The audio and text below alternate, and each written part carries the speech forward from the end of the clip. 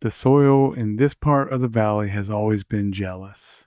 It clings to your boots, stains your skin a deep, bruised ochre, and, if the old-timers are to be believed, it refuses to let go of what is buried in it. I came back to the gorge to bury my father, and in a twist of cruel irony, I stayed to bury everyone else.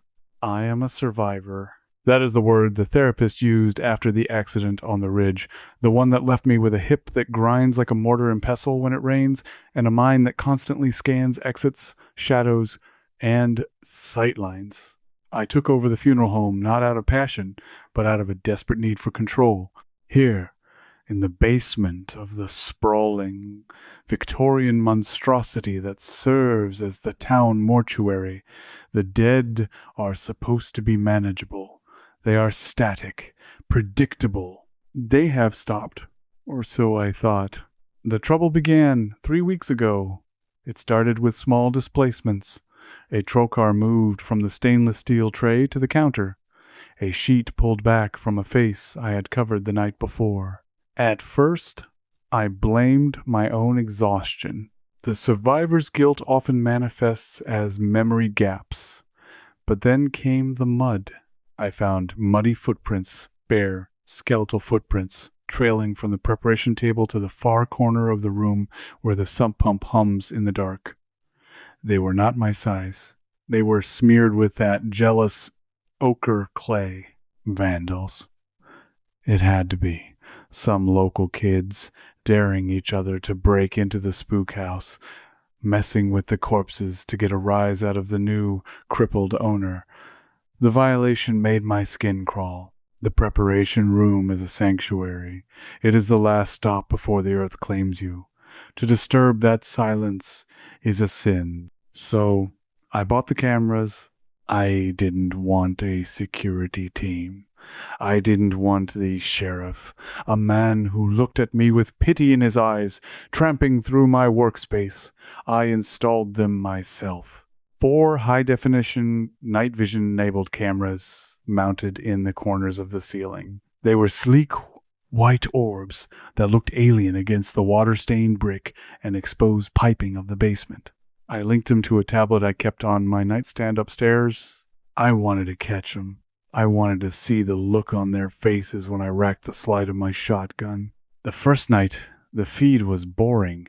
Just the green-tinted monochrome of the prep room, the stainless steel tables glowing like radioactive altars.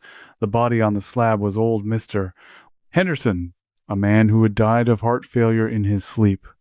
He lay under the sheet, a mountain of still flesh. I watched for an hour, the silence of the house pressing against my ears, before I fell into a fitful sleep.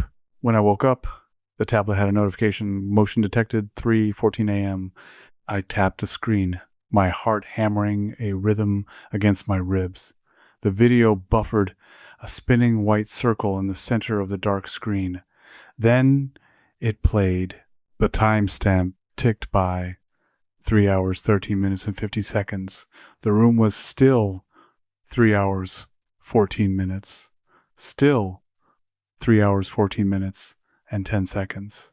The sheet over Mr. Henderson didn't move because of a draft. There are no drafts in the cellar. The air is stagnant, smelling of formaldehyde and wet stone. The sheet moved because his left hand, beneath the linen, flexed. It was a slow, deliberate contraction, a fist forming. I froze, breath trapped in my throat. I rewound it. I watched it again. The movement was rigid, fighting against the early stages of rigor that I knew I had broken during the embalming. But it wasn't a vandal. There was no one else in the room. Then, at 3 hours, 14 minutes, and 25 seconds, Mr. Henderson sat up. He didn't rise, like Dracula, fluid and graceful. He hinged upward with a violent, ratcheting motion, like a marionette jerked by an amateur hand. The sheet slid off his chest, pooling at his waist. His incision, the Y cut I had stitched and glued hours prior, was a dark scar in the night vision. He sat there, perfectly upright, for 10 seconds, and then, slowly, mechanically, His head turned. He wasn't looking at the door. He wasn't looking at the tools. He looked up directly into the lens of camera 2. His eyes were sewn shut. I had used plastic eye caps to keep the lids closed, to maintain the illusion of peaceful slumber. But in the infrared grain of the camera, I saw the lids stretch. I saw the tension as the muscles underneath fought against the sutures. He was staring at the camera. He was staring at me. I dropped the tablet. It clattered to the floor, the screen glowing face down. "Rigor," I whispered to the empty room. Galvanic response. Gas buildup. I recited the scientific explanations like a prayer, a shield against the creeping dread. Bodies move. They twitch. Everyone in the trade knows this. But they don't look at the security cameras. I went down to the morgue that morning with a hammer in my belt. Mr. Henderson was lying flat on his back. The sheet was exactly where I had left it. I checked the rigor. His neck was stiff. I checked the eyes. The sutures were intact. I am losing my mind, I thought. The trauma is finally eating the rest of me. That night, I had 2 bodies. A Jane Doe found in the river, bloated and gray, and a young man who had overdosed, his skin waxy and yellow. I didn't want to turn the cameras on. I sat in my kitchen, drinking whiskey, until the burn in my throat distracted me from the ache in my hip. But the itch was there, the survivor's itch, the need to know the threat. I opened the app, LiveView. They were already sitting up. Both of them, they sat on their respective tables, legs flat, torsos perpendicular to the steel. They were facing opposite directions, but as soon as the connection established, as soon as the little red light on the camera would have blinked in the basement, they turned in unison. The Jane Doe's jaw was slack, the water-bloated flesh hanging loose, but her head was tilted back, aiming her empty gaze at camera 1. The young man, his face a mask of tragic youth, stared intently at camera 3. They were not moving randomly. They were posing. I watched, paralyzed. As the young man raised a hand, he pointed, a stiff, accusing finger leveled directly at the lens. He wasn't pointing at the machinery. He was pointing through the digital infrastructure, through the Wi-Fi signal, through the glass screen of my tablet. He was pointing at the observer. I didn't sleep. I couldn't. The next day, I didn't go into the basement. I locked the heavy oak door at the top of the stairs and shoved a bookshelf in front of it. I called the families, made excuses about a refrigeration malfunction, and delayed the viewings. I spent the day researching the history of the land. Folk horror stories about this valley are a dime a dozen. Stories about the Hollow Men, spirits that live in the root systems, things that wear the dead like suits because they envy the warmth of the living. But this felt different. This felt technological. The cameras, they were the catalyst. In quantum mechanics, there is the observer effect. The act of observing a phenomenon changes the phenomenon. By placing the cameras, by imposing a digital eye into the realm of the dead, had I created a bridge? Night 3. Tonight, I am currently sitting in the hallway, the tablet propped up against a vase. I have a flashlight and the shotgun. I have decided that I cannot hide from this. If I am crazy, I need to prove it. If I am not, I need to end it. I turn on the feed. The room is full. It's not just the 2 bodies from before. The room is crowded. Standing in the corners, pressing against the walls, are figures that shouldn't be there. I recognize them. Mrs. Gable, whom I buried last week. The Miller boy, cremated a month ago, yet there he stands, charred and flaky, ash held together by sheer will. They are all looking up. 4 cameras, 4 clusters of dead things craning their necks, their mouths open in silent screams, their eyes some sewn, some missing, some wide and milky fixed on the lenses.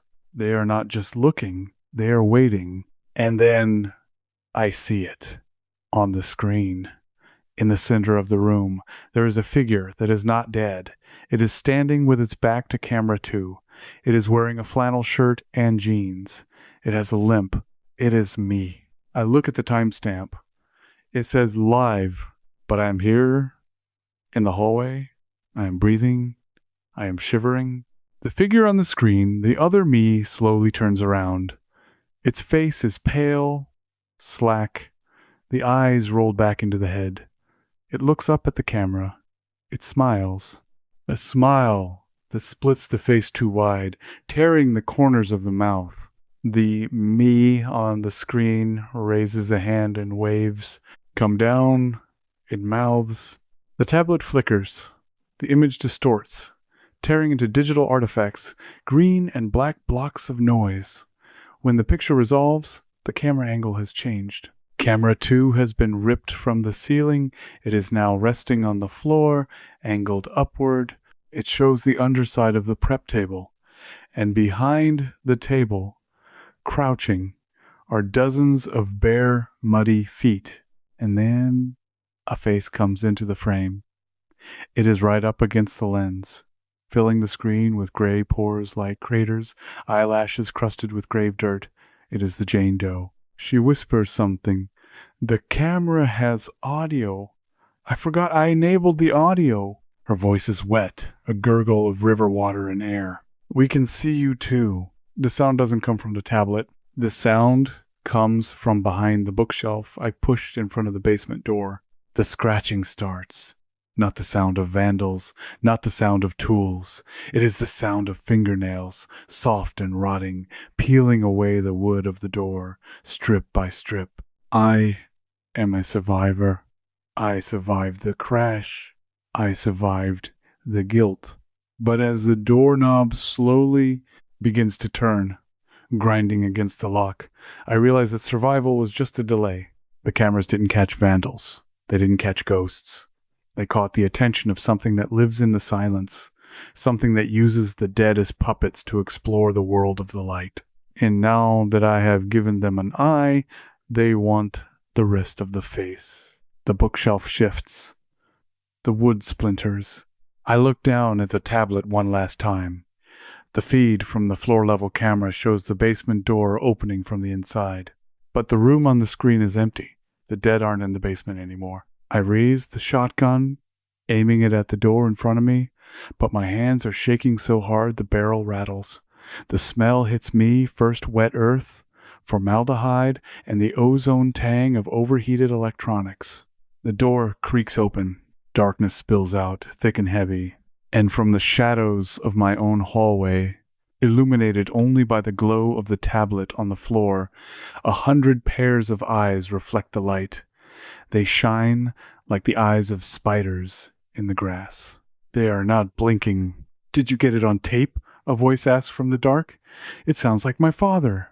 I pull the trigger, but the flash only illuminates the truth. They aren't just bodies. They are a congregation. And I have just opened the church doors. Muse Silma